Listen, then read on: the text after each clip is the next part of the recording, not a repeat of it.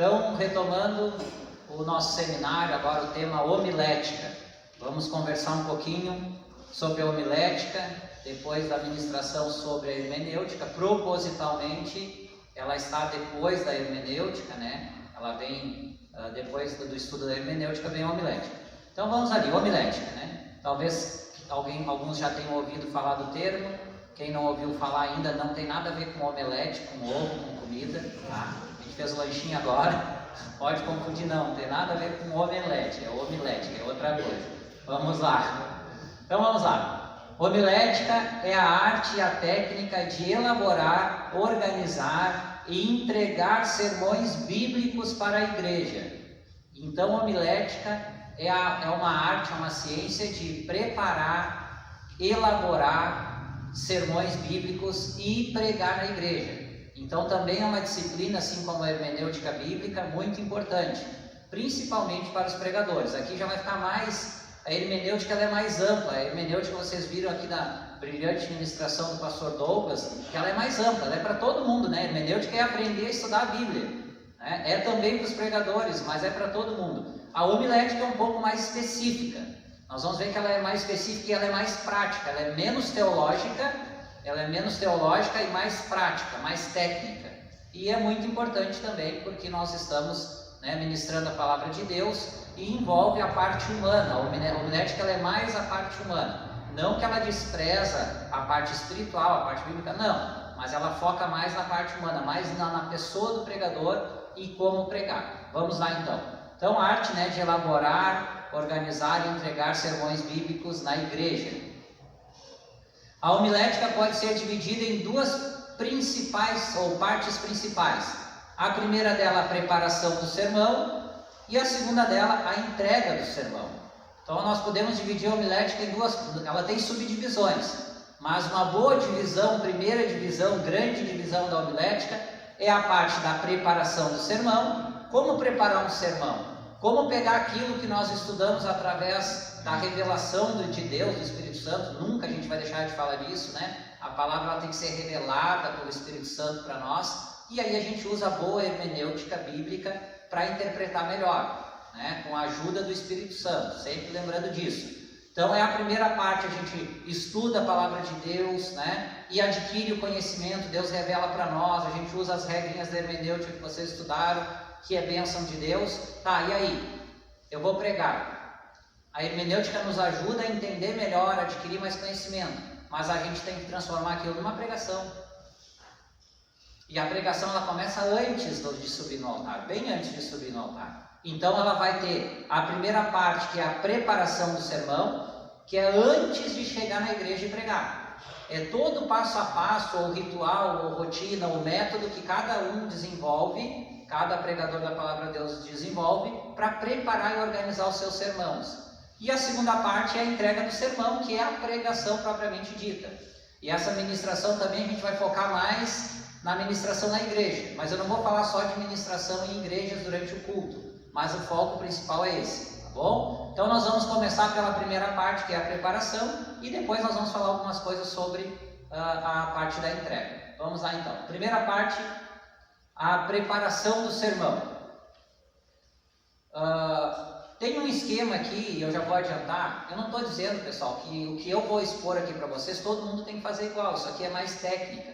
Eu estou falando de um esquema que, através de muitos estudos, eu já estudei bastante sobre homilética, sobre hermenêutica, e a gente vai entendendo, né? E cada um de nós vai desenvolvendo a sua própria técnica, o seu próprio método de estudo e também de organização e depois de pregação. Mas eu quero dar umas dicas para vocês em cima de muitas coisas que eu já estudei sobre a homilética e também da minha experiência pessoal, né, de utilização da homilética. Então vamos lá. Eu creio que assim, ó, que isso que eu vou colocar aqui de forma resumida, assim como a hermenêutica, a homilética a gente poderia passar dias estudando só sobre ela, mas a gente tem que tratar isso dentro de um seminário de uma forma mais resumida. Então, iniciar, né? Orar pedindo a direção de Deus sobre o que pregar. Em alguns casos já existe um tempo. Então, vamos supor, você recebeu um convite para pregar, uma escala para pregar, enfim, né? Você foi convidado para pregar na igreja. Já começa a primeira coisa, o frio na barriga. Né? Para quem tem temor de Deus, né? Já a primeira coisa dá um frio na barriga. Ai, ai, ai. Isso aí eu já estou há quase 10 anos aí, e os outros pregadores mais antigos também, não adianta. Se perder o frio na barriga, tem alguma coisa errada. Para aí. Se perder aquele temor de Deus para pregar a palavra dele, já tem coisa errada aí. Mas vamos lá, orar pedindo a direção de Deus. Quando é um convite e o tema é livre, e não tem um tema pré-estabelecido, aí você vai ter que orar mais ainda e pedir a direção do Espírito Santo, para que o Espírito Santo de Deus te direcione a uma palavra na Bíblia, que aí você vai ter que escolher, porque não tem um tema pré-determinado, não tem um tema específico, a pregação é livre, é um tema livre. Você vai ter que pedir, orar a Deus, para Deus te revelar, isso vem antes da hermenêutica aí, né? Deus te mostrar, te revelar qual é a passagem que Ele quer que seja pregada naquele dia, naquela noite lá, naquela igreja, para aquela comunidade lá. Não o que tu quer. E aí isso é uma coisa que a gente vai buscar, primeiro passo é a oração. Né? E mesmo que Deus fale contigo, às vezes já aconteceu muitas vezes comigo, pegar a escala e Deus já falar comigo, é essa palavra. Mas ora para pedir confirmação. Às vezes não fala, ora para pedir a revelação. Quando já tem um tema específico, às vezes é uma campanha, é um tema específico, foi convidado para pregar num culto de casais, foi convidado para pregar num culto numa praça pública, tu já tem um direcionamento, já tem um tema, vai pregar sobre uma vez o irmão pediu para pregar lá, várias vezes sobre temas específicos, né? Mas vamos lá, sobre ressurreição, sobre arrebatamento. Aí você já sabe que é orar para Deus te ajudar a interpretar, né? Achar o melhor texto bíblico sobre aquilo, ou textos bíblicos que vão ser usados. Quando tem um tema específico, fica mais fácil. Quando não tem, fica mais difícil, mas o caminho é o mesmo. Né? Começar orando a Deus, pedindo a revelação através do Espírito Santo, para o que Deus quer que pregue. O conselho que eu dou, orem para Deus, o que Deus quer que pregue, que seja ministrado naquela ocasião que você vai pregar na igreja. Segundo passo aqui, estudar o texto e ir registrando o que está aprendendo. Aí vocês já estudaram bastante aqui sobre hermenêutica. Vai lendo, tem o texto, Deus te confirmou, vai lendo e vai anotando as observações. Vai anotando, né? O escritor do livro é tal. Não fica só no texto, né? Como o pastor Douglas bem colocou. A gente vai analisar o contexto, quem escreveu, por que escreveu. Vou pregar só num texto do livro, mas você no mínimo tem que saber quem escreveu, por que escreveu, para quem escreveu, qual o propósito geral daquilo ali, para depois tu entender melhor aquele específico. Tem que ter um conhecimento, né? Tem que buscar. Então, e aí conforme você for estudando, pedindo a revelação de Deus, né? Usando as regrinhas da hermenêutica, lendo bons comentários bíblicos, enfim, materiais extra-bíblicos aí, que a gente tem comentários, manuais, enfim, né? Tem muita coisa boa aí, eu invisto muito na minha casa, tenho uma biblioteca lá, com muito material teológico, histórico, cultural, enfim, que me ajuda bastante, né? E o Douglas já colocou aqui, eu também vou colocar, a importância de quem é pregador adquirir outros materiais bons, né? Como ele disse aqui, pessoas dedicaram a vida inteira, às vezes, para escrever um comentário bíblico, né? Uma teologia sistemática, enfim, produzir esses materiais que nos ajuda. A fonte é a Bíblia, foi a deles e a nossa, mas nos ajuda, clareia muitas coisas que, num primeiro momento, é difícil para nós interpretar. Então, vamos lá. E registrando, vai fazendo as suas próprias anotações do que você está lendo na Bíblia e depois do que você vai pesquisar extra Bíblia. Depois, elaborar um esboço à medida que vai desenvolvendo o estudo. Uma pergunta que já me fizeram em outras ocasiões, né? Quando a gente dava o curso de pregação. É obrigado o pregador a fazer um esboço? Não é obrigado. Não tem obrigação nenhuma. Vai ser menos pregador, vai ser menos revelação. Não tem problema nenhum de pregar sem esboço. Eu vou confessar uma coisa para vocês.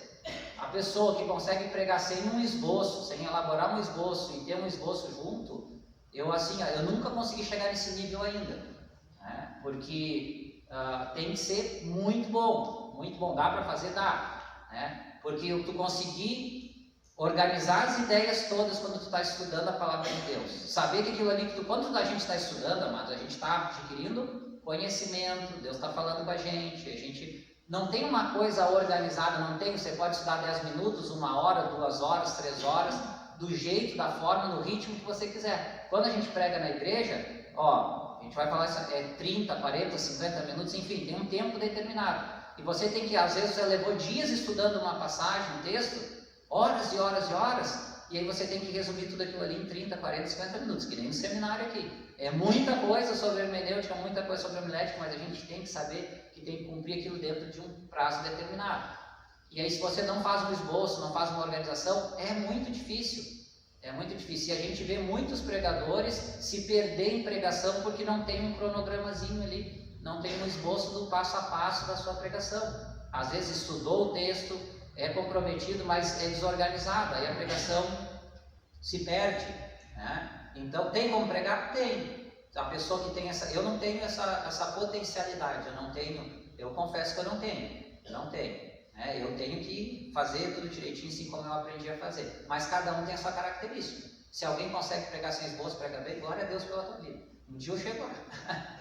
Mas eu ainda, e creio que essa é a melhor forma de fazer um esboço, tá?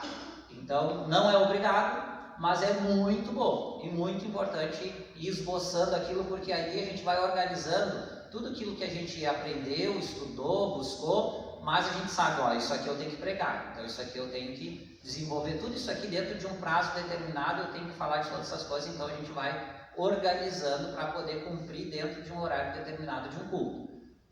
Vamos lá.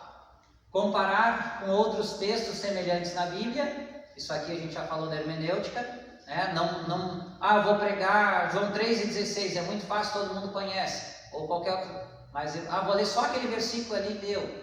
Gente, primeiro texto, toda aquela questão lá, e também a questão do contexto maior, dentro do texto, dentro do contexto, textos paralelos, semelhantes, como o Douglas falou, para reforçar e para aprender mais e reforçar suas mensagens. Vamos continuar aqui. Se for possível, consultar bons comentários bíblicos, bíblias de estudo, dicionários bíblicos, manuais bíblicos e etc. É muito bom, me ajuda muito, é muito importante. É obrigatório? Também não é obrigatório. Pastor Marco, está querendo dizer então que só pode ter revelação quem tem bons comentários, quem tem... Não. Deus ele revela através da palavra. É através da palavra. Mas quem escreveu esses bons comentários, esses bons materiais, são homens, mulheres, pessoas que dedicaram às vezes uma vida toda a estudar a palavra, a mergulhar na palavra, a buscar outros escritores, outras pessoas que já tinham estudado antes e deixar aquilo registrado para facilitar a vida das próximas gerações. As doutrinas bíblicas que nós chamamos, Vocês acham que as doutrinas bíblicas, elas estão aqui? Livro tal, capítulo tal, está escrito assim, doutrina tal. Vocês acham que a Bíblia está assim organizada em doutrinas? A gente já falou que é estilo literário. As doutrinas bíblicas é fruto de estudo teológico, de organização de ideias teológicas. Então, quando a gente fala, por exemplo, a doutrina da Trindade, você sabe me dizer qual é o texto bíblico que fala em Trindade na Bíblia? Alguém sabe dizer uma referência à Bíblia que fala a palavra Trindade na Bíblia? Essa palavra não está na Bíblia. Mas o conceito de Trindade, a doutrina da Trindade é uma verdade bíblica, que a gente vai conseguir pegar vários textos no Antigo Testamento, no Novo Testamento, usar a hermenêutica lá, para entender que há um Deus Pai, Deus Filho, Deus Espírito Santo, que são um Deus só. Mas a palavra Trindade não está na Bíblia. Mas a doutrina da Trindade é uma doutrina bíblica, que quando a gente organiza, sistematiza as coisas lá, assim como as outras doutrinas da salvação, soteriologia, enfim, usando. E quem é que fez isso? Não está pronto na Bíblia as doutrinas, nenhuma está pronta. É fruto de estudo honesto, sincero, dedicado de homens e mulheres que deram às vezes a sua vida. Outra coisa, às vezes o pessoal tem muita resistência a esse tipo de coisa. Se nós temos hoje aqui no Brasil as nossas Bíblias em português em várias traduções, a gente até estava falando no intervalo ali da importância das traduções, e eu nem consegui falar assim, só falei de crítica textual, e se vocês forem estudar como é que é feita uma tradução lá do grego, do hebraico para o português ou para qualquer outra língua, vocês não têm noção da dificuldade que é isso, da complexidade que é isso. É muito complexo, muito difícil. E se nós temos, a Bíblia não foi escrita em português.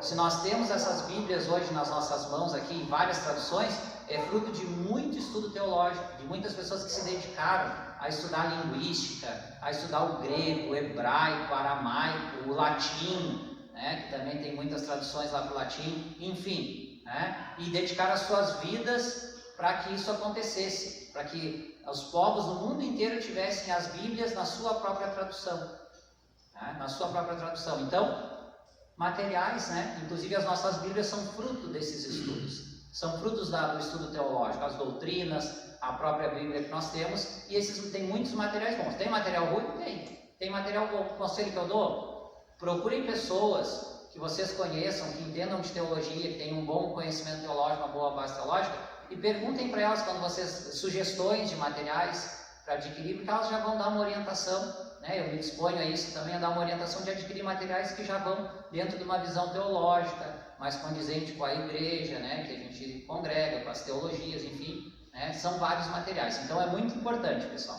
Quem vai, como eu disse, essa mensagem já é mais específica, mais técnica, mais específica para a pregação. Quem vai desenvolver, tem o chamado do Ministério de Pregação, é muito importante que comece a pensar em adquirir materiais que venham a complementar, porque isso aí só vai ser bênção na vida de vocês, né? Se vocês vão ter um ministério de pregação, se tem esse chamado de Deus para pregação e vão desenvolver, tem que investir nessa área aqui, né? Tem bons materiais. Depois ali, cada pessoa irá com o tempo desenvolver seus próprios mecanismos ou métodos. Poderia ter botado métodos ali. Eu não estou dizendo que eu vou vir aqui hoje ensinar sobre homilética e dizer que todo mundo tem que fazer um esboço igual o meu, que todo mundo tem que fazer o passo a passo que eu ensinei aqui, exatamente assim. Não. Cada um de nós vamos desenvolver um método de estudo da palavra, uma forma, cada um vai ter o seu, um método de organização, seja por esboço ou só na mente, de como a gente vai organizar a mensagem que a gente vai pregar na igreja, e também um método de aplicação. Cada um tem a sua característica pessoal, a forma de se expressar, o tom de voz, a questão corporal, cada um tem as suas características, isso é de cada um, isso a gente não questiona. A gente pode corrigir algumas coisas, mas não é questionado. Mas cada um de vocês, não se preocupem, vocês vão desenvolver seus próprios mecanismos, seus próprios métodos. O importante é criar métodos que possam ser eficazes no ministério de pregação de vocês, né? Criar hábitos e métodos para ajudar vocês a transformar aquele estudo, aquele conhecimento, aquele aprendizado bíblico em pregação, de forma que as pessoas ouçam e entendam o que está sendo pregado, porque é isso que a Bíblia ensina. A pregação ela tem que ser pregada para as pessoas ouvirem e entender o que está sendo pregado. Lá na Bíblia vocês vão achar várias passagens, várias pregações. Quando fala de pregação, esse é o propósito: pregar para que as pessoas entendam, né? Aquela coisa de só Espírito, só revelação, só isso, só aquilo. Não é assim que são as pregações bíblicas e a orientação bíblica para a pregação. E para isso a gente tem que ter organização. Amém? Depois, amado, eu quero falar para vocês aqui, que é bem importante isso aqui. Eu quero fazer um exercício aqui, uma analogia aqui, para a gente poder pensar junto, tá? Para a gente poder pensar junto. Vamos lá. O voo da pregação. Eu gosto de pensar a pregação como o voo da pregação. Vamos fazer essa analogia. A pregação é como um voo de avião, que deve ter uma decolagem, um voo e uma aterrissagem. Vamos lá. Vamos supor que cada um de vocês aqui entrou num avião, tá? E foi viajar, sei lá, de Porto Alegre a São Paulo. Vamos pegar aqui. Porto Alegre a São Paulo. Quando descer lá no aeroporto, lá em São Paulo, vai estar alguém lá ali esperando, um familiar. Uma das primeiras perguntas que vai ser, qual vai ser? Como é que foi a viagem? Como é que foi o voo? Como é que foi o voo?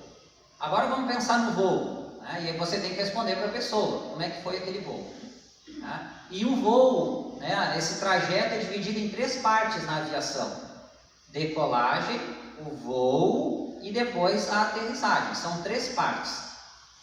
Vamos supor que quando você pegou o avião, na hora que o avião foi decolar lá, encostou a asa na pista, saiu uma fumaceira, né? Saiu estilhaçadas ali, fogo, o avião balançou e subiu. Como é que vocês acham que vai ser o resto do voo? Como é que vocês acham? Vai ser tranquilo? Como é que vai ser a aterrissagem? Será que aquele pedaço daquela asa não faz falta na hora de aterrissar? Não faz falta na hora de fazer assim ou não? E aí você vai responder o que para a pessoa quando descer lá? Né? Deu tudo certo. Como é que foi o voo? Você vai falar que o voo foi tranquilo, a aterrissagem foi tranquila, ou você vai dizer que não tem noção como é que foi a decolagem? Arrancou um pedaço da asa do avião. Ou você vai dizer, não, o que vai ficar marcado? A decolagem, que foi trágica, que foi traumática. O resto daí se perdeu. Ninguém vai falar, o voo foi uma maravilha, não teve turbulência, aterrissagem. Vai falar e vai ficar marcado, aquilo vai acabar com o resto todo, né? Começou mal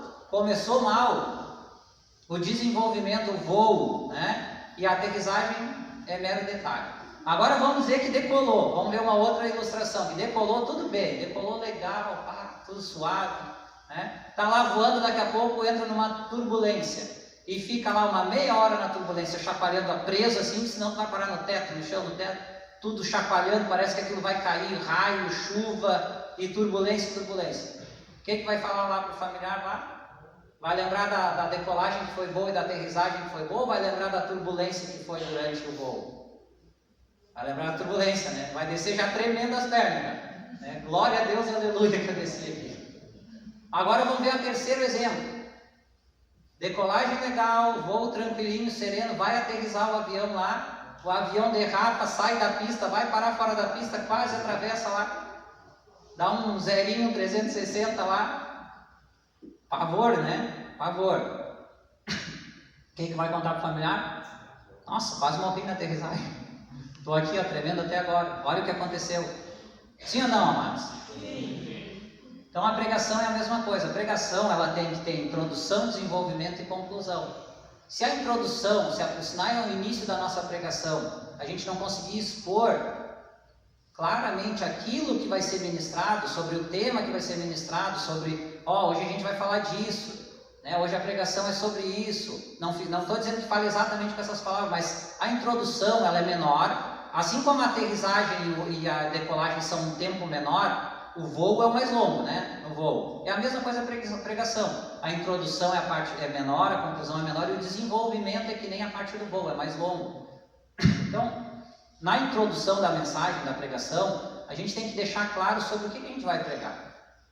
Você tem que pensar quando vai preparar sua mensagem, bom, vou pregar sobre morte e ressurreição de Cristo. Então você já tem que preparar o auditório, as pessoas, os ouvintes, que você vai pregar sobre aquilo ali, sobre salvação, sobre, enfim, você já tem que introduzir a mensagem, isso é a introdução, né? Usando técnicas, né? Olha, lê o texto bíblico, explica rapidinho, eu gosto de dar título para minhas mensagens, os títulos das minhas mensagens são o quê? É o que eu vou pregar, é sobre o que eu vou pregar. Então, o título já induz. Se tu dá um título para a tua mensagem, tu já está dizendo o que tu vai pregar, né? Na introdução ela é mais breve, se tem algum contexto, eu quando vou pregar alguma coisa com contexto histórico, algo que aconteceu num determinado período, que não é algo, vamos dizer assim, moral, ético, é histórico, é uma passagem histórica, olha, isso aqui aconteceu em 1000 anos antes de Cristo, lá na cidade de tal, o pessoal estava assim, dou um breve relato histórico, para trazer a pessoa, era isso aqui,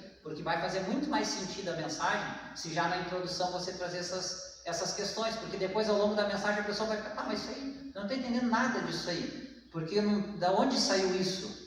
Se na introdução tu traz informações claras, precisas, né? E já direciona a tua mensagem, é como uma boa decolagem do avião, já arrancou legal, né? Passou a decolagem, a introdução, que ela tem que ser mais sucinta, mas ela tem que ser bem definida, né? Bem definida, a gente vai chegar então na parte do desenvolvimento, que é o quê? É quando a gente vai desenvolver a mensagem, é a parte mais longa da mensagem. A gente vai, se a mensagem tem ali 4, 5, 6 tópicos que você quer explorar, você vai estar aí explorando tópico por tópico. Aí você já fez uma introdução, aí você vai desenvolver aquilo que é o tema da pregação, que é o assunto da pregação, e vai desenvolvendo. Sempre tem que cuidar no desenvolvimento, sempre para não entrar em turbulência, vamos usar, né, essa analogia, para não entrar em turbulência da pregação. Eu estou pregando sobre Pedro, né? Aí Pedro, daqui a pouco começa a falar Jó, e aí Isaac, e daí Isaú, e daí José, e daí daqui a pouco a pessoa, mas para aí, não estou entendendo mais nada, é Pedro, é Isaac, é José, né? Eu estou falando de salvação, daqui a pouco eu estou falando de pecado, daqui a pouco eu estou falando de casamento, daqui a pouco daí eu estou fazendo uma misturança, não foco em nada. Começo de um jeito, já vou para o outro, daí daqui a pouco eu vou para o outro lado, daqui a pouco as pessoas nem lembram mais do texto bíblico que tu leu, do que está pregando, que daí é tão confuso fica tão confuso o desenvolvimento, a pessoa não se organizou. Não se organizou direito, não fez um bom esboço, não fez um bom passo a passo, né? E aí a gente vai falar depois dos tipos de sermão, a forma de aplicação e como organizar cada um deles, tá? Fiquem tranquilos.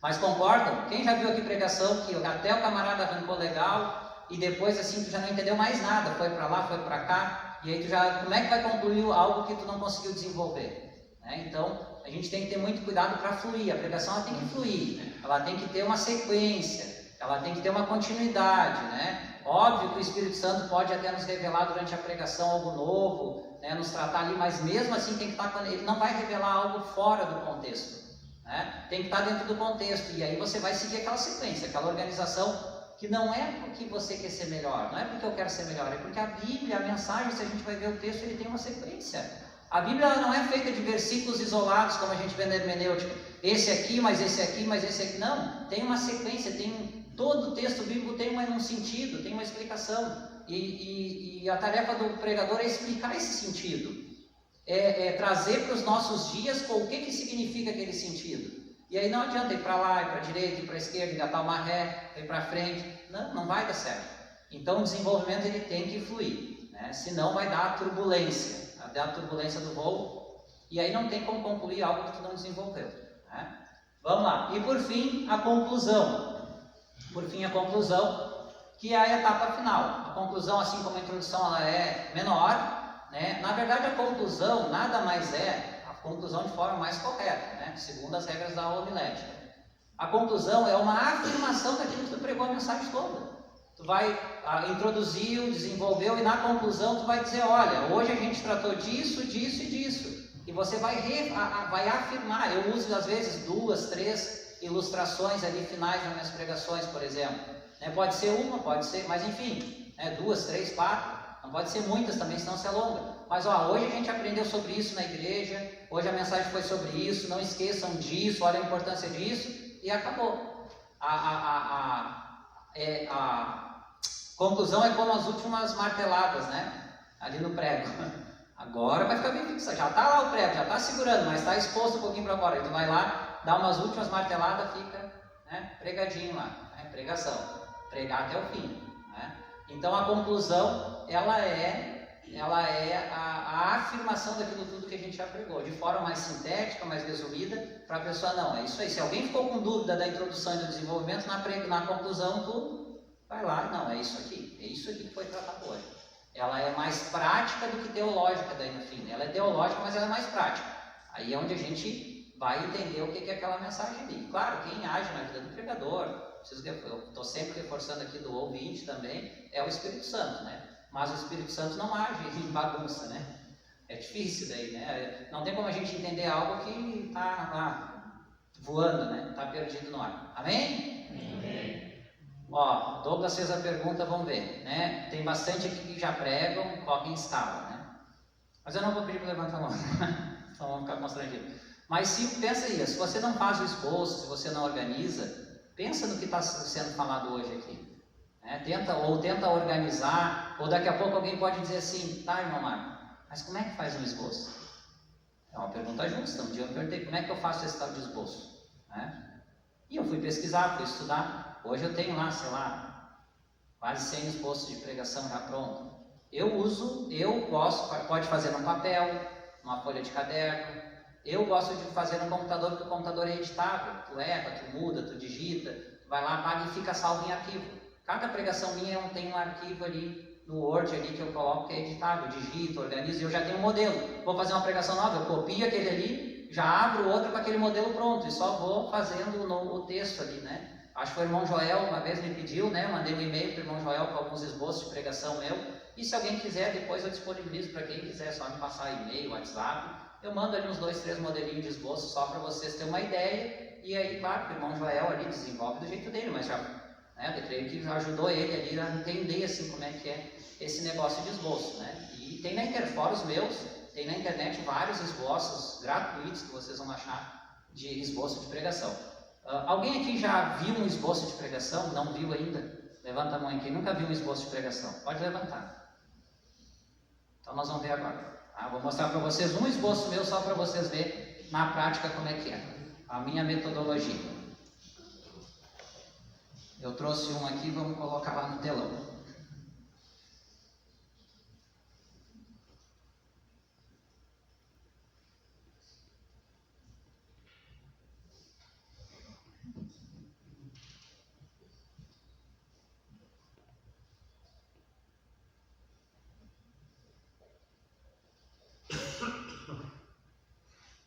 Vamos ver se abriu lá. Está em Word, né, pessoal? Está um pouquinho menor, mas eu vou lendo aqui para vocês só os pontos principais aqui, ó. É um texto, uma pregação em Ruth. Eu já coloquei lá o título, ó, bem lá em cima. O título, Ruth, um exemplo de fidelidade e fé. Então já está ali, eu vou pregar sobre fidelidade e fé. Sobre Ruth, né, é o exemplo de fidelidade e fé. Então já está anunciado ali sobre o que vai ser a pregação. Ruth é o exemplo bíblico e a pregação é sobre fidelidade e fé. Depois ali o texto bíblico, eu coloco ali embaixo, Ruth, capítulo 1, o texto vai ser inicial, pelo menos versículo 1 até o 5, faço a leitura do texto na igreja, e depois eu coloco já ali, ó, introdução. Aí eu botei 3 pontos ali, ó, contexto histórico, lembra? Ó? Bem rapidinho aqui, ó. A história narrada passa-se no tempo dos juízes de Israel, entre a morte de Josué e o rei Saul, entre os séculos 14 a.C. até o século 11 a.C., cerca de 350 anos. 2 ali, Elimeleque e sua família fogem e saem de Belém para as terras de Moab. Um detalhe aqui, pessoal, eu leio isso aqui, mas isso aqui são gatilhos, tá? Não é só isso, é o gatilho que eu preciso, que eu organizei no meu método. Eu leio, geralmente eu falo alguma coisinha a mais, mas é o gatilho para mim não esquecer que eu tenho que falar daquilo. É claro que na minha cabeça tem mais coisas, mas eu gosto, o esboço a gente tem que cuidar para ele não ficar muito grande, 4, 5, 6 páginas. Então sempre tentar fazer o menor esboço, fazer coisas, textos que sirvam de gatilhos de coisas que você não pode esquecer de falar. É essa metodologia que eu uso. Vamos lá, depois ali, ó, no período de quase 10 anos, né, os filhos casam-se com as moabitas, Orfa e Ruth. Às vezes a gente esquece nome, né, daí eu já boto o nomezinho ali, porque é normal, a gente confunde, é muito nome bíblico. Então, enfim, ali, né, depois dos pais morreram, o filho morreu. Isso é a introdução. Aí eu falo para ele, ó, agora vamos para a mensagem. Aí eu vou ler lá, Ruth, está ali, ó, 1, do 6 ao 14. Vou ler o texto para a igreja, aí já é o desenvolvimento, estão vendo? Vocês estão conseguindo ver legal lá? Amém? Então, ali, ó, desenvolvimento. Aí, por exemplo, eu botei 3 tópicos embaixo do texto bíblico. É 3 coisas que eu tenho que falar entre o versículo 6 e 14.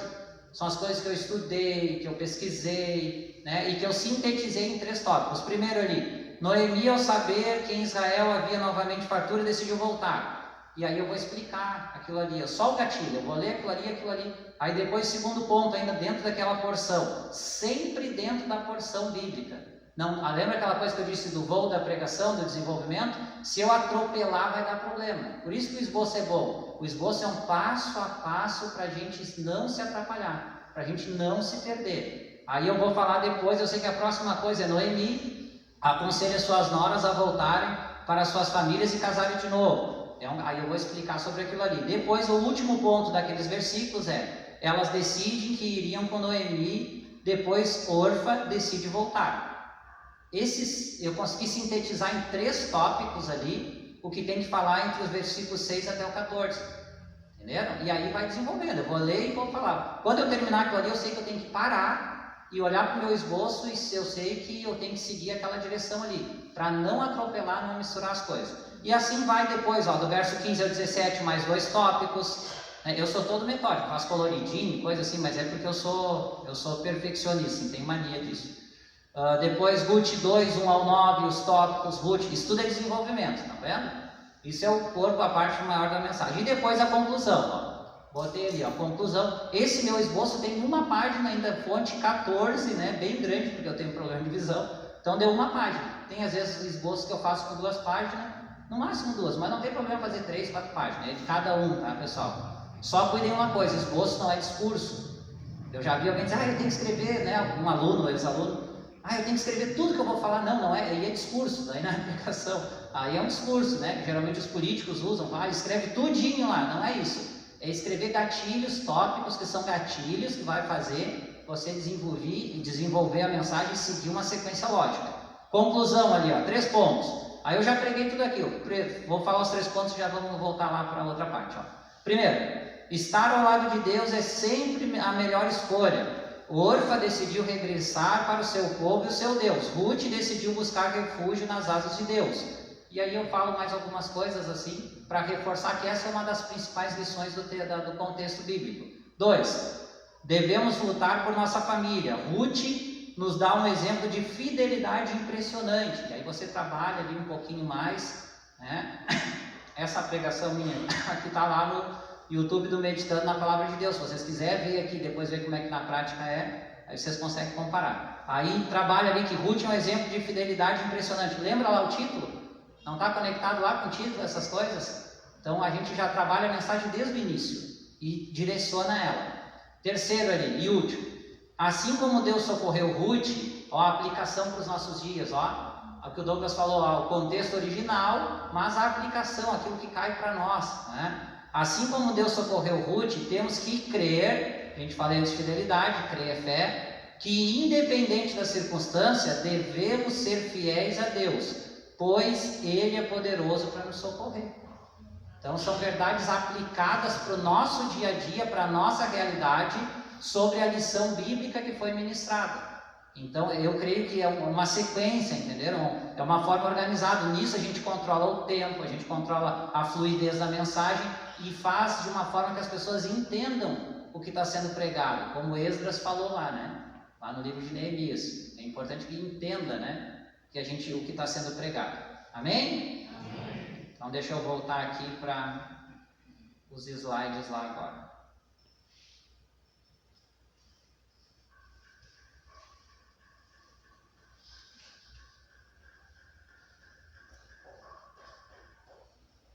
Aqui, volta a pregação.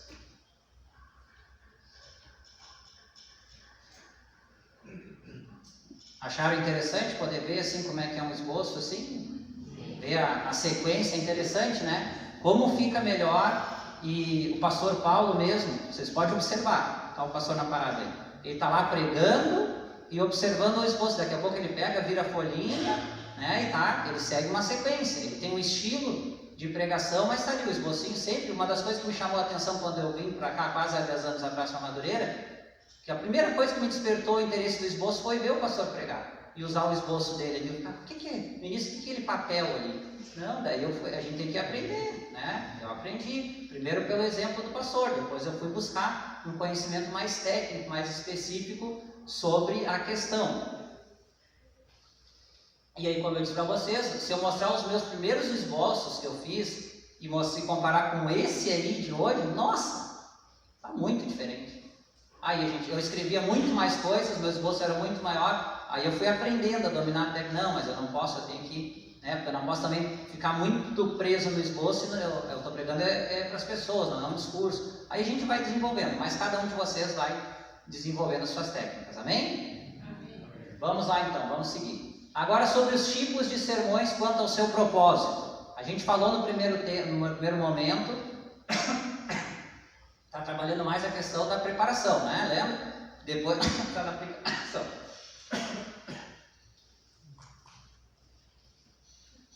Já está falhando, mas vamos lá.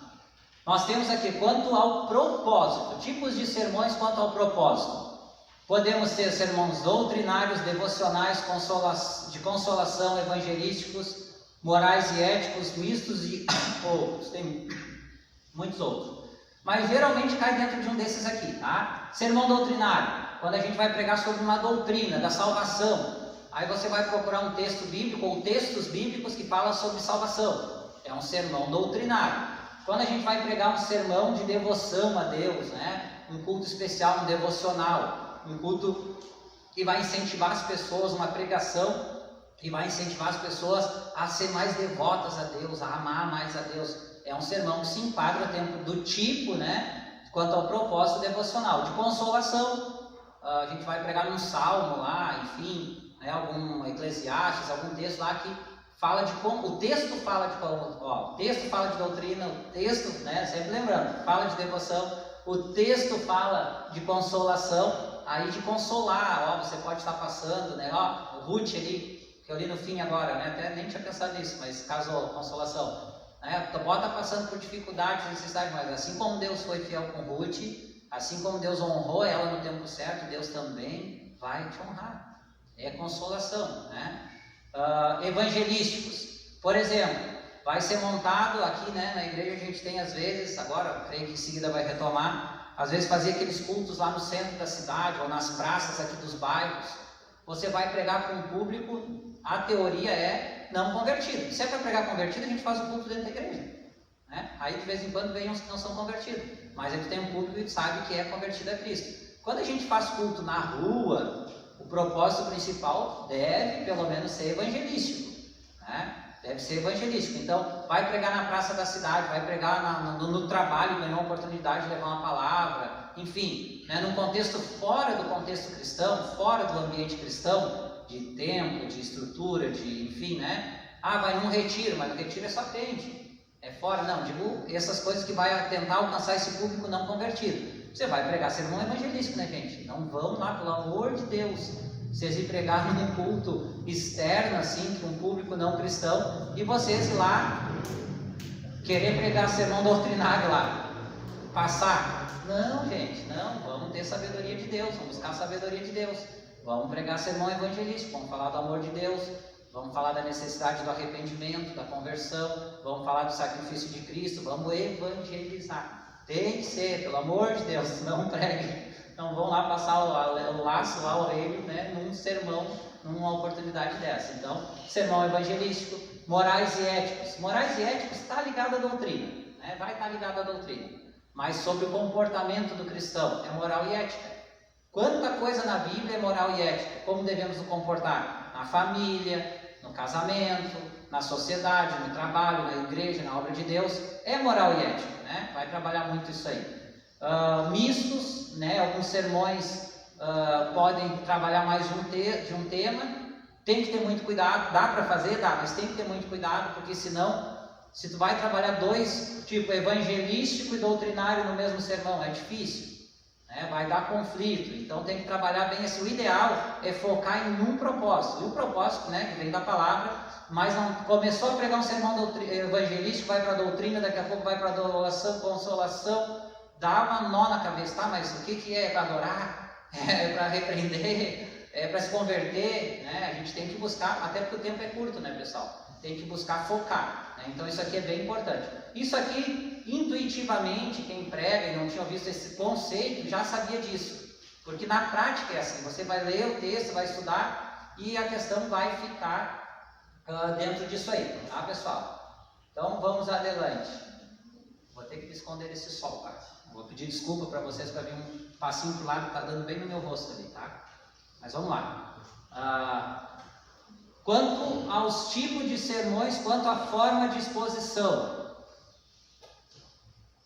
É só esses três aqui, sermão textual, temático e expositivo? Não, tem vários outros, tá, pessoal? Mas por que a gente selecionei esses três aqui? Porque são os mais usuais na igreja. São os mais usuais. Tem sermão biográfico, tem sermão narrativo, tem sermão intuitivo, indutivo, tem vários outros tipos de sermão, mas são pouco usados e são usados em ocasiões específicas. Então nós vamos trabalhar os três tipos mais comuns que são usados na pregação na igreja, que é o textual, o temático e o expositivo. Já vou fazer uma consideração aqui, tá? Todos são bons, mas todos têm seus pontos fortes e seus pontos fracos, né? Eu vou explicar para vocês o conceito de cada um deles, mas cada um vai pregar da forma que achar melhor, né? Da forma que se entender melhor com a pregação. E aí eu vou tentar explicar para vocês à medida do possível o conceito, os pontos fortes, os pontos fracos e o que eu penso dele, tá? Daí uma opinião também pessoalmente. Vamos lá então. Sermão textual. O sermão textual, no sermão textual, geralmente o pregador escolhe poucos versículos bíblicos e conduz a mensagem com sustentação nele. É um sermão que eu creio assim, que dentro das igrejas pentecostais, pelo menos, e neopentecostais, é o mais usado pela maioria, vamos dizer, um percentual lá, a maioria dos pregadores fazem sermões textuais, tá? Sermões textuais, lê um versículo, 2, 3 versículos só, e aí fica 30, 40, 50 minutos pregando em cima daquele texto. Tá? Tem problema nisso? Não tem problema nisso, né? Não tem problema nisso, é bênção de Deus também. Agora tem uma questão, eu falei o ponto forte, vamos dizer assim, como é que eu vou dizer? Requer menos estudo. Quanto menor a porção da palavra de Deus que tu vai estudar, teoricamente, se tu vai estudar só ela, é menos estudo, dá menos trabalho, né? Faz mais rápido, faz uma interpretação mais rápida se tu isolar só aquele texto. E dá para pregar bem um sermão textual? Dá, tranquilo, bênção de Deus. Agora, qual é os pontos fracos do sermão textual? Os pontos assim negativos. Se tu tens 40, 50 minutos para pregar na igreja, tu ficar em 2, 3 versículos pregando, quem prega aí, né, sabe? 1, 2 ou 3 versículos, 50 minutos em cima dele, olha, haja revelação de Deus e interpretação daquele versículo ali, para te ficar 40, 50 minutos pregando um versículo só. Tem como? Tem como. Né? Como é que faz para ser bom, irmão Mário? O camarada estudou todo o contexto, estudou o capítulo todo, estudou o livro e só leu aqueles versículos ali, mas estudou tudo. Né? Agora, se estudar só, focar só naqueles 2, 3, eu li isso aqui, entendi, orei, Deus me dá a palavra, Deus me deu, né? Lembra que eu falei? Deus me deu a palavra, li aquele versículo 1, 2 ali, é isso aqui, Deus já colocou no meu coração a palavra. Quando chega a hora eu vou pregar. Aí na hora que eu for pregar, o Espírito Santo me revela o resto, eu já entendi o básico. Se tu vai ler e estudar só 2, 3 versículos, 10 minutos, 15 minutos no máximo, tu não tem mais o que falar. Não tem mais o que falar. Se tu estudou só aquilo, se tu ficou só no texto que tu vai pregar. O que é o indicado sermão textual? Agora, como eu disse, a ressalva é o quê? O camarada estudou tudo, mas escolheu ler só aqueles 2, 3 versículos, um versículo. Mas estudou tudo, interpretou tudo, esboçou tudo aquilo. Amém, glória a Deus e aleluia, vai ser bênção. Tá? Agora, se o estudo dele foi só aquilo ali mesmo, focado só naquilo ali, para uma pregação na igreja de 40, 50 minutos, vai faltar conteúdo. E quando falta conteúdo, o que as pessoas fazem na pregação? Forçam, começam a falar da vida delas, começam a lembrar de vizinho, de isso e de aquilo, e aí já começa, porque aí deu tempo e não tem mais o que falar. E aí começa a dar profetada, a fazer revelação, e começa a levar para cá e trazer para cá, porque não tem mais o que falar. Né? Então, preparou algo que era, a munição era para 15 minutos, mas ele tem 40, 50 minutos, a munição em 15 minutos, 10 minutos acabou. Entenderam, pessoal? Então esse é o cuidado que tem que ter no sermão textual. Eu vou dizer para vocês, eu prego todos os dias, há 21 dias eu estou pregando sermão textual todos os dias. 21 dias. Eu tenho um grupo lá do WhatsApp, meditando na palavra lá. Tem alguns irmãos aqui que estão lá, eu estou no propósito de ficar 365 dias. Pregando todos os dias, já estou no 21º, acho que agora vai amanhã. Pregando todos os dias, uma mensagem de no máximo 5 minutos, em cima de um versículo bíblico. É sermão textual. A bala que eu tenho ali é para 5 minutos. Se eu falar mais de 5 minutos, eu já vou ter que inventar coisa da minha cabeça. Entenderam? Agora, aqueles 5 minutos ali é bênção, consegue desenvolver bem. Agora, para pregar na igreja, né, estudando só aquilo, focando naquele contexto ali, já fica mais difícil. Né? Então, dá para fazer, mas desde que você estude tudo, né? Prepare tudo, tenha um preparo maior. Amém? Amém. Então vamos lá. E se Deus quiser, eu vou conseguir cumprir esse propósito aí dos 365 dias aí de pregar todos os dias. Vamos lá. Sermão temático. No sermão temático, o pregador escolhe uma série de versículos bíblicos para ilustrar o tema específico em que está desenvolvendo a mensagem. Então nós vamos ter aqui, exemplo de pregador temático, pastor Paulo, né? Pastor Paulo prega sermão temático, e é uma bênção de Deus. Eu estou aqui quase 10 anos, né, me alimentando dos sermões temáticos dele aí. Como é que funciona? O pastor vai pregar sobre relacionamento conjugal, ele tem um tema, aí ele vai procurar lá no Antigo Testamento, no Novo Testamento, falando pastor todo mundo, tá? Porque é o exemplo dele que é o pregador temático que mais eu tenho contato, assim. Então, vai escolher vai procurar na Bíblia vários versículos bíblicos que falem sobre relacionamento conjugal. E aí ele vai usar, lembra? Um versículo só, quanto tempo você ia pregar, pastor? Né? E aí 5, 10 minutinhos vai aquele versículo ali. Daí cada vez que o pastor vai falar um aspecto do casamento, ele traz um texto novo que fala um aspecto diferente do casamento, do relacionamento. E aí ele vai, e aí agora está lá, vai no Antigo Testamento, vai no Novo Testamento. Tu não tem o compromisso de ficar no texto e contexto imediato, tu está pregando num tema. Né? Eu já preguei algumas vezes sermões temáticos, mas é difícil eu pregar, eu me adapto melhor com o que eu vou mostrar depois. Né? E o textual já falei, uma mensagem rápida ali, cabe bem o textual. Mas o temático então vai usar vários textos dentro do mesmo tema, né? E vai ser bênção de Deus. é muito bom o sermão temático, eu sou bem favorável ao sermão temático na pregação do altar da igreja, porque tu consegue, bom, eu tenho que pregar 40, 50 minutos, 30 minutos, tu controla ali a quantidade de textos bíblicos e de informações sobre determinado tema, seja salvação, seja casamento, tu controla, tu consegue controlar, já tem uma noção, cada versículo e cada tema aqui, cada tópico eu vou falar 5 minutos, ou eu falo em média de 5 a 8, 10 minutos, e aí tu já sabe a quantidade que tu vai ter que usar dentro de um determinado tema. Isso já vai bem intuitivo, assim, né? E o pastor faz ali os esboços dele do sermão temático. É temático, pastor? Sim. Viu? Bênção de Deus. O que tem que ter cuidado no temático, pessoal? Qual é o cuidado que a gente tem no temático? Ele é muito bom para pregar na igreja. Muito bom para pregar na igreja. E muito eficaz, na minha opinião. Temático é muito eficaz, porque tu fica, né, focado naquele tema ali. O cuidado que tem que ter, na minha opinião, é um só. E tem que ter muito cuidado com isso. Eu creio que o pastor cuida muito disso, né? É você pegar um texto que lá no contexto original não fale, por exemplo, usando casamento, né? Tu pega um texto lá no Antigo, no Novo Testamento, um versículo lá que você quer usar ele para falar de casamento, mas lá na Bíblia ele não está falando de casamento. Ele está falando de qualquer outra coisa, mas não é de casamento. Aí você não pode pegar aquele versículo lá, aquele texto bíblico, que está falando de outro assunto para sustentar um assunto que, aí é o que o Douglas explicou aqui, é exegese. Aí você vai estar fazendo uma exegese, você vai estar usando um texto bíblico isolado, que lá no original dele não fala daquilo, ou não é um exemplo daquilo. Então o cuidado que a gente tem que ter no sermão temático é na escolha dos textos bíblicos, tá? Para que aquele texto bíblico, de fato, lá no original, ele esteja conexão com o tema que você está pregando. Porque senão a gente cai no erro de forçar, de fazer exegese pelo menos naquele texto ali. Ah, eu queria, mas esse texto é tão legal, mas não fala de casamento, então não usa, né? Então acha outro contexto. Então examinar no contexto imediato se aquele texto tem conexão com o tema que você está pregando. Conseguiram entender? Sim. Amém. Vamos lá. Sermão expositivo, né? Sermão expositivo, a preocupação do pregador é de expor de maneira fiel o texto original do texto bíblico, contexto original do texto bíblico, e ir realizando as aplicações para a nossa realidade.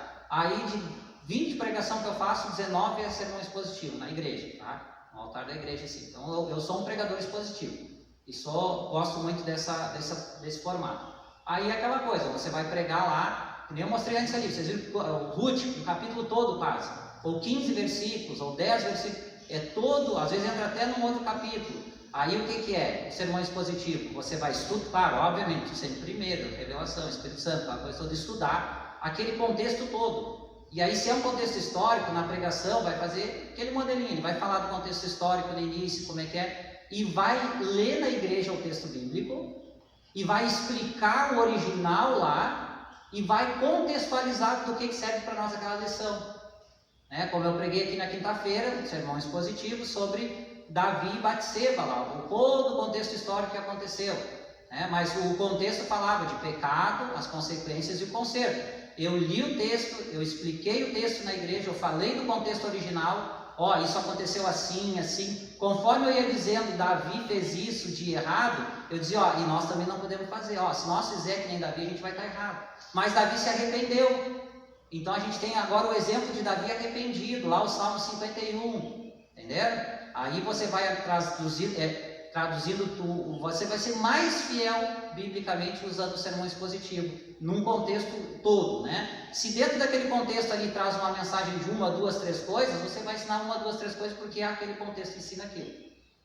Consegui ser claro? Ou foi muito confuso? Um texto maior, onde você vai estudar e pregar aquele contexto ali, vai falar do imediato original e vai trazer as lições que aquilo nos ensina para os nossos dias. É esse formato que eu me adaptei mais a pregar. Dificuldade do sermão expositivo. Tem. Eu acho que é um dos mais eficazes junto com o temático. Temático e expositivo, para mim, são os dois mais eficazes na pregação do formato de culto de igreja. De formato de culto de igreja e tempo que se tem para ministrar. A dificuldade do sermão expositivo é uma só. Vamos ver se alguém matou a charada. Qual é a dificuldade do sermão expositivo? Tem que estudar muito. Tem que estudar muito. Tem que estudar bastante. Ninguém vai conseguir pregar bem expositivamente estudando assim, ler uma vez o capítulo, não, já entendi tudo. Tu vai ter que estudar, ler, reler, ler o contexto todo, ler sobre a história, esse contexto histórico, o que estava acontecendo, o que o Douglas falou, quem escreveu, para quem escreveu, por que escreveu, né? Qual é o propósito daquela porção ali específica, se tem personagens, vai ter que conhecer um pouco dos personagens, porque às vezes a narrativa, ela vai além, né? Às vezes a narrativa, ela vai passar ali dos personagens, vai ter os personagens ali, mas você vai ter que conhecer um pouquinho mais da história dos personagens. Então isso aí também é muito importante, pessoal, é muito importante. Você vai ter que estudar se tem personagem ali, conhecer um pouquinho da história dos personagens. Obrigado, pessoal. Conhecer um pouquinho da história dos personagens, né? E do contexto histórico e tal, para poder trazer um sermão expositivo. Vai dar muito mais trabalho, mas eu vou dar uma boa notícia para vocês. Eu que sou um pregador expositivo há muitos anos já. Dá para fazer, tá, gente? Dá para fazer. E sabe qual é a parte boa do sermão expositivo? Assim, conforme vai desenvolvendo a técnica do sermão expositivo, é que às vezes quando tu já vai pregar de novo naquele livro, naquele contexto, tu já estudou tudo. Tu já tem um esboço praticamente pronto, tu já conhece os personagens. Isso aí, óbvio que tu está aprendendo mais e facilita outras mensagens, porque o contexto maior tu já estudou, né? Os conceitos maiores tu já estudou. Então, conforme tu vai estudando, vai ficando mais fácil. Com o tempo, o sermão expositivo fica mais fácil. No início é mais difícil. Entenderam? Amém. Vamos lá, então. Vamos seguir aqui. Então, 2, a entrega do sermão, né? E aqui é a parte mais prática. Até agora a gente trabalhou a questão do pré, né? A preparação. Olha quanta coisa a gente falou só da preparação. Agora já o sol não está pegando mais. Agora nós vamos falar então da parte da entrega do sermão, que é a segunda parte da homilética. É a forma que Deus escolheu para se revelar para a humanidade. Já falei na primeira ministração hoje aqui sobre a importância da pregação. Deus podia ter se revelado a Ele mesmo, podia usar anjos, mas Deus escolheu ser através da pregação do Evangelho. Quem sou eu para questionar Deus, né? Se Ele mandou, quem tem que obedecer. Deus escolheu fazer isso através dos seres humanos, no poder do Espírito Santo. Não é na carne, não é na vontade humana, é no poder do Espírito Santo. Mas é através de um coração arrependido, pregando para um coração que precisa de arrependimento ou para outro coração arrependido. É vida pregando para vida. Vamos lá. A pregação, além de fatores espirituais, envolve técnicas da retórica. Envolve retórica, envolve a arte de falar, a retórica, a oratória, a dicção, envolve falar, envolve se expressar. O corpo também fala, a gente vai ver ali. Então, a gente tem que estudar ou tem que melhorar a nossa fala, a nossa expressão, como nós falamos, o tom de voz. Vocês vão ver uma série de coisas que envolvem a pregação, né? Não adianta, a gente tem que procurar melhorar nessa área. O pregador, ele tem que se expressar bem, porque as pessoas precisam aprender direitinho o que está sendo pregado. Então, é necessário o estudo da retórica, mesmo que não seja formal, mesmo que vocês não vão fazer um curso de retórica e de oratória, que seria bom, né? Vocês vão ter que começar. Quer uma dica para melhorar? A melhor dica para melhorar a nossa fala. Alguém sabe? Leitura. E ler em voz alta ajuda, mas a leitura, quanto mais a gente lê, melhor fica o nosso vocabulário e melhor fica a nossa dicção, a nossa oratória. Leitura é muito importante, de preferência Bíblia, né, nesse meio aí de leitura. Vamos lá. Agora nós vamos para as partes práticas e eu vou encerrar, tá, pessoal? Aqui eu vou entrar na parte mais espinhosa de todo o seminário. Parte mais espinhosa e mais delicada, mas a gente está falando de homilética e é necessário explicar. E a gente tem que, talvez eu vou falar coisas aqui que alguns de vocês preguem e façam. Eu não quero que ninguém fique bravo comigo, tá, pessoal? Estou trazendo técnica aqui. Eu quero que vocês reflitam, né? Daqui a pouco, se não estou dizendo que tem, estou dizendo que pode ser que tenha, né? Mas se vocês fazem alguma dessas coisas, que vocês parem e pensem, né? Parem, e se quiserem conversar comigo depois, tranquilo, mas parem e pensem com vocês mesmos. Será que eu não tenho que melhorar isso? Será que faz sentido isso ou não faz? Que pelo menos vocês reflitam sobre essas questões práticas que eu vou falar aqui, que agora eu vou estar falando do que eu estou fazendo aqui agora, que é na prática, e não é teológico, tá? É a questão técnica daí. A gente vai estar falando da técnica, de como se expressar, de como entregar a mensagem. Vamos lá. Então, alguns cuidados e dicas aos pregadores. Vai ter uma série aqui que eu coloquei para encerrar. Alterar o sentido do texto bíblico para expor alguma coisa que você acha certo ou errado. Muitas vezes a gente pode estar vivendo alguma coisa na nossa vida, e volta para a hermenêutica, né? A homilética está conectada, que tu está com alguma coisa engasgada ali, né? E aí tu quer achar na Bíblia alguma coisa parecida para pregar na igreja. Eu acho que a igreja está apostatando e eu tenho que dar um jeito de surrar essa igreja aqui, né? Na pregação, vou pregar, vou surrar. Tu já vai com aquela carga negativa humana, né? Já vai na carne. E infelizmente tem gente que quer passar o laço na igreja, né? Não, claro que a igreja tem problema e sempre vai ter, sempre teve, sempre vai ter. Mas a gente tem que saber tratar os problemas da igreja com sabedoria. Lembra lá, 2 Timóteo? Né? Com paciência e doutrina. Tem que aprender, tem que exortar, tem que corrigir com paciência e doutrina. Então a gente tem que ter sabedoria, buscar sabedoria em Deus, como se expressar. Então não pode colocar o que tu acha certo ou errado.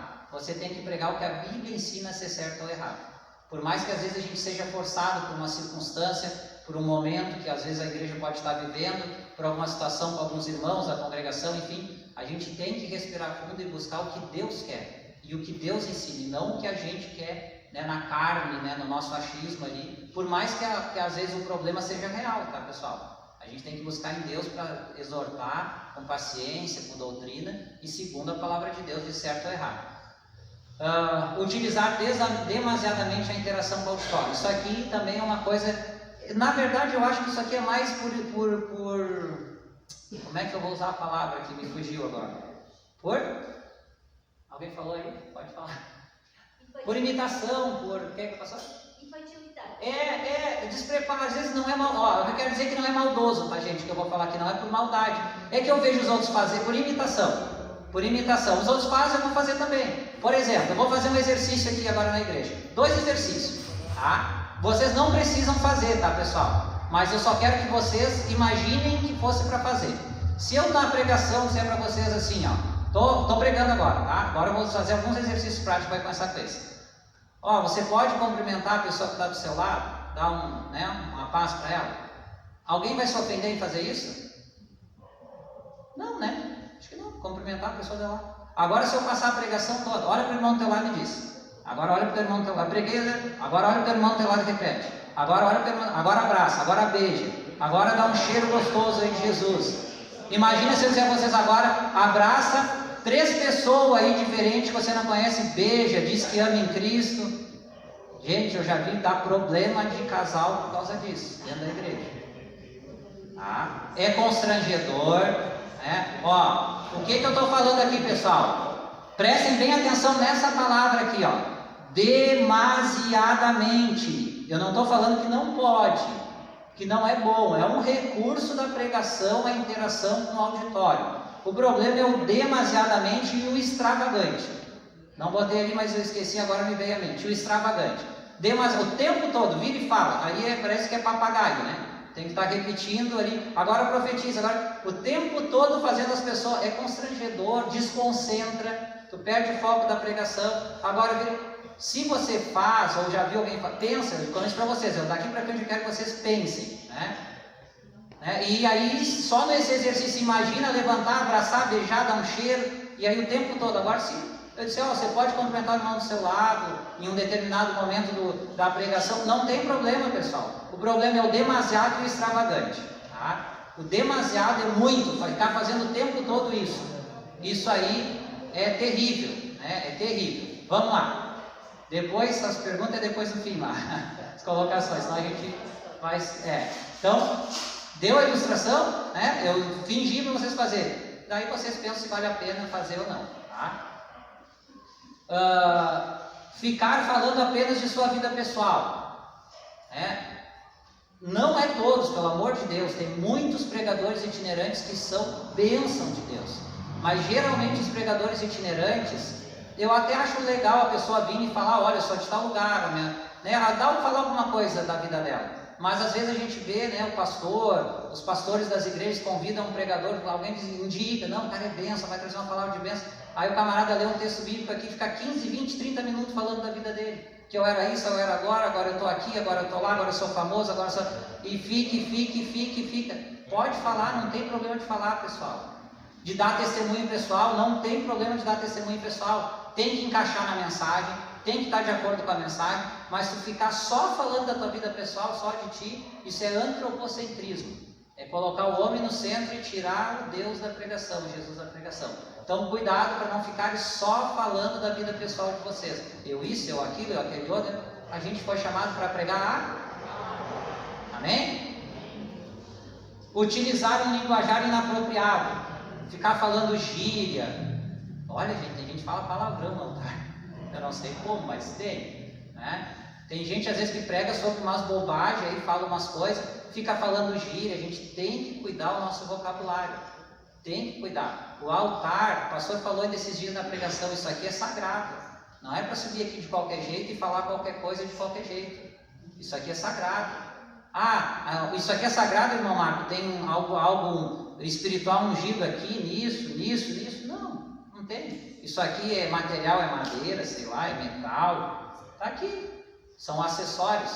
Mas é sagrado no momento que você assume uma posição para pregar a palavra de Deus.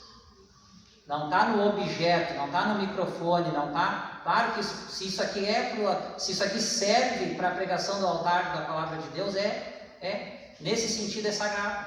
Não é um objeto ungido, mas é um objeto que serve para a pregação, esse altar, esse espaço. Então a gente tem que ter muito cuidado com o que a gente faz aqui, como a gente faz. A gente não pode ser displicente, nós não podemos ser displicente e usar linguajar inapropriado.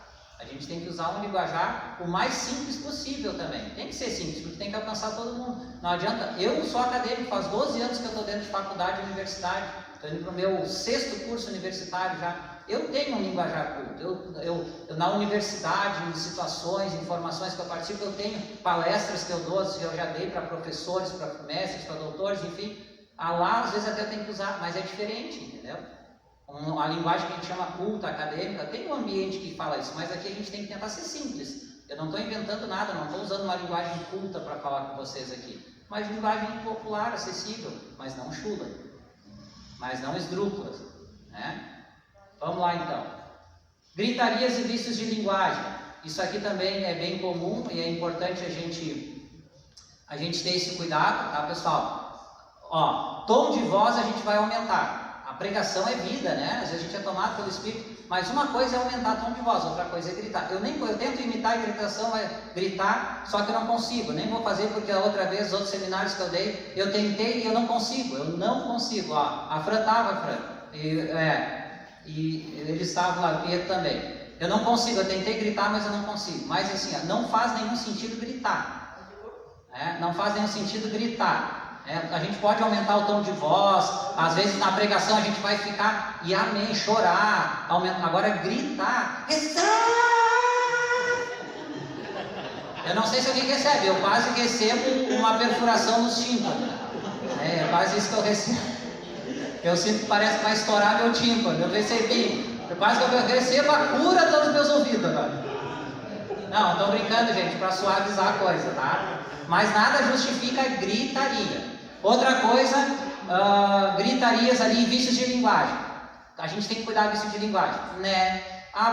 Ficar falando todo, a cada 5 tem pessoas, e isso não é maldade, gente, pelo amor de Deus. Aleluia, porque Deus chama aleluia, porque Jesus falou aqui aleluia. Ficar repetindo a mesma palavra várias vezes, isso também incomoda. É um vício, isso se chama vício de linguagem. Demasiado, o aleluia, ou cada 5 palavras é aleluia, a sexta, cada 5 palavras é glória a Deus. Então a gente tem que ter cuidado na nossa linguagem, com os vícios de linguagem. A gente tem que procurar falar, como eu disse aqui, forma simples, clara e objetiva, sem vícios de linguagem.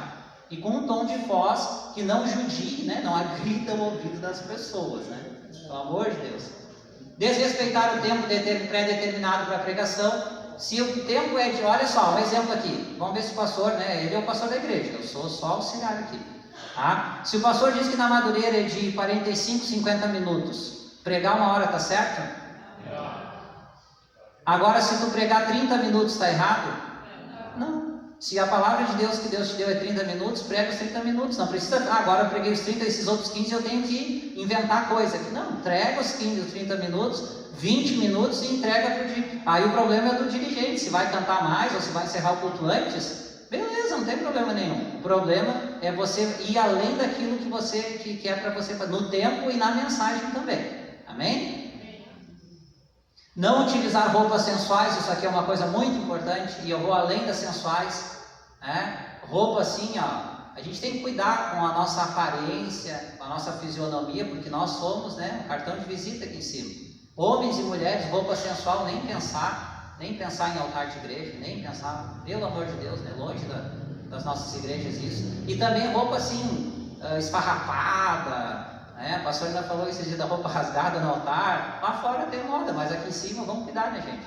Eu acho que a gente tem que ter muita reverência. Lembra que eu disse? Isso aqui é sagrado. Não é porque tem uma unção aqui nas coisas, mas tem a unção de Deus aqui em cima.